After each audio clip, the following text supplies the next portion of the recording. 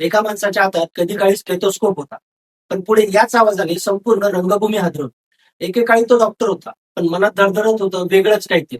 रंगमंच. आणि याच रंगमंचाने महाराष्ट्राला एक नाव दिलं, एक आवाज दिला आणि एक नटसम्राट दिला. डॉक्टर श्रीराम लाग. नमस्कार, मी प्रमोद आणि स्वागत आहे तुमचं प्रकरण वेगळ्याच्या ऑफिशियल युट्यूब चॅनल. 16 नोव्हेंबर 1927 साली साताऱ्यात जन्मलेले डॉक्टर श्रीराम लाग. पेशाने डॉक्टर. काही काळ त्यांनी वैद्यकीय क्षेत्रामध्ये कामही केलं.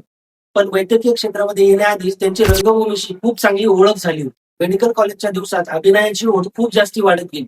पण कालांतराने समोर फक्त एक प्रश्न उभा राहिला, की डॉक्टर म्हणून आयुष्य जगायचं की अभिनेता म्हणून.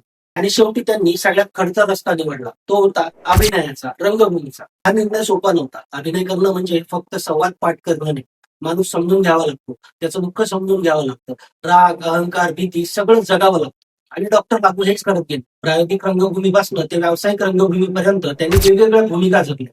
विजय तेंडुलकर, सत्यमेव दुबे व इतर दिग्गजांच्या नाटकांमधून त्यांचा अभिनय अजून धारदार होत गेला. आणि मग आला तो क्षण, नटसम्राट. वि.वा. शिरवाडकरांच्या लेखणीतून जन्मलेला गणपतराव बेलवलकर. रंगभूमीवर आयुष्य घालवलेला एक दिग्गज अभिनेता. पण याच रंगभूमीने त्याला सगळ्यात शेवटी काय दिलं तर फक्त एकटेपणा.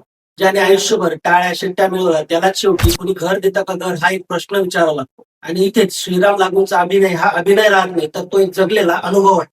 लागूंनी गणपतराव बेलवलकर फक्त साकारला नाही, तर तो जगला. त्यांच्या आवाजातला तरतराटपणा, त्यांच्या चेहऱ्यावरचं वृद्धत्व व त्यांच्या संवादामागची वेगळी. प्रेक्षकांना असं वाटायचं की समोर एक अभिनेता नाही, तर एक म्हातारा माणूस नट म्हणून उभा आहे. आणि याच गोष्टीमुळे नटसम्राटची भूमिका ही कायम डॉक्टर श्रीराम लागूंच्या नावाशी जोडली गेली.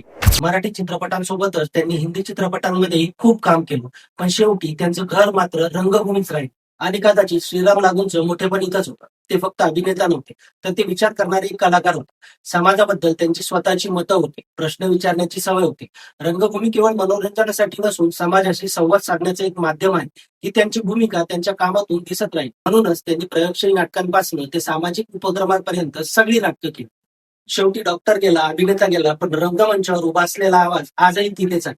काही कलाकार फक्त भूमिका साधतात, काही कलाकार भूमिकांना आवाज देतात आणि काही कलाकार भूमिकांमधून स्वतःचं आयुष्य अमर करून जातात. डॉक्टर श्रीराम लागू त्यापैकीच एक. 12 डिसेंबर 2019 ला वयाच्या 92व्या वर्षी डॉक्टर श्रीराम लागू काळाच्या पडद्याआड गेले. पण रंगभूमीचा पडदा आजही डॉक्टर श्रीराम लागूंच्या आठवणीशिवाय उघडत नाही, हेही तितकंच महत्वाचं.